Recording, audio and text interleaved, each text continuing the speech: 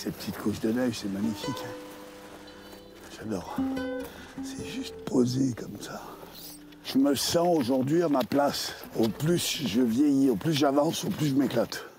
Et je m'éclatais déjà. Quand je venais là, ado, je m'éclatais. Là, je m'éclate encore plus. Il n'arrêtera jamais sa quête. Sur les sentiers de son enfance, Jean-Michel Bertrand parcourt la forêt comme un livre ouvert. Ça va être intéressant, là. Alors, typique. Une postérieure dans l'antérieure. 60 cm entre chaque. Ça fait vraiment penser au loup.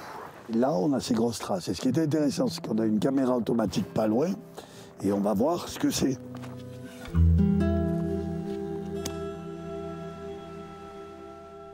Et ben voilà, un loup. De nuit, c'est cette nuit. C'est pas beau, ça? Et là, c'est le mâle de la famille locale, on va dire. C'est quand même un coup de bol. Il est passé là, tranquille, trop cool. Et ça, ben, quand j'ai ça, ben voilà, je suis toujours content. Faut beaucoup marcher. J'en ai une vingtaine. Et en fait, ben, je dois marcher, venir les relever. Je suis rituel sur les territoires, je pisse partout pour marquer ma présence, etc. Mais c'est pour ne pas les inquiéter, pour ne pas les mettre sur le qui-vive. Mais il n'y a pas du tout de relation, et surtout pas. Et les loups doivent rester sauvages. Chacun sa place. Il y a une famille là de loups. Une meute, comme on dit, la meute, c'est une famille, c'est-à-dire des couples reproducteurs avec des jeunes et éventuellement des années d'avant qui restent avec eux, mais toujours un nombre limité. Ils font le ménage eux-mêmes. C'est-à-dire que s'il y a trop de loups, ils mangent trop de proies.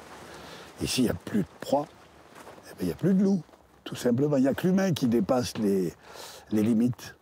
Et c'est fabuleux, j'adore. Ces humains dont nous faisons partie, qui massacrent tout, qui sont vraiment des pilleurs de la nature, viennent se permettre d'expliquer, vous comprenez, les loups, ils mangent tout, il faut les réguler. Moi, j'ai l'impression de marcher sur la tête quand j'entends ça. Voilà pourquoi il fait donc des films, pour dire que notre rapport au sauvage peut changer. Et pourtant, je sens bien que je suis pas au bout de mes surprises. Finalement, quand on parle du loup, systématiquement, la discussion s'ouvre sur des sujets beaucoup plus fondamentaux et sur notre façon d'être au monde. Cet animal est un révélateur de l'âme humaine. Les loups qui me motivent. Et pour ce troisième opus, le réalisateur tient une nouvelle fois à échanger avec son public, comme ce matin en visio, face à une classe de collégiens. Et moi, j'ai un jeu vidéo grandeur nature avec les loups. C'est vraiment ça. C'est-à-dire que je pars, j'essaie de voir, je ne les trouve pas, j'ai des traces, je reviens, je suis bredouille. Et puis petit à petit, je finis par avancer, par franchir des étapes et par voir des loups. Donc ça devient complètement addictif, un peu comme un jeu vidéo ou une série où on a toujours envie de savoir la suite. Vous avez pigé le truc? Et est-ce qu'on a eu peur ou est-ce que je me sens parfois en danger par rapport au loup?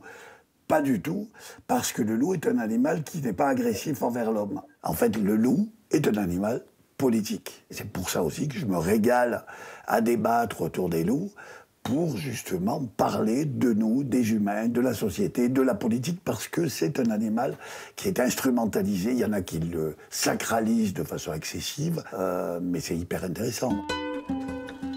Loin de sa forêt, Jean-Michel va donc partir défendre son œuvre au cinéma, son manifeste pour que l'homme accepte enfin de vivre avec les loups.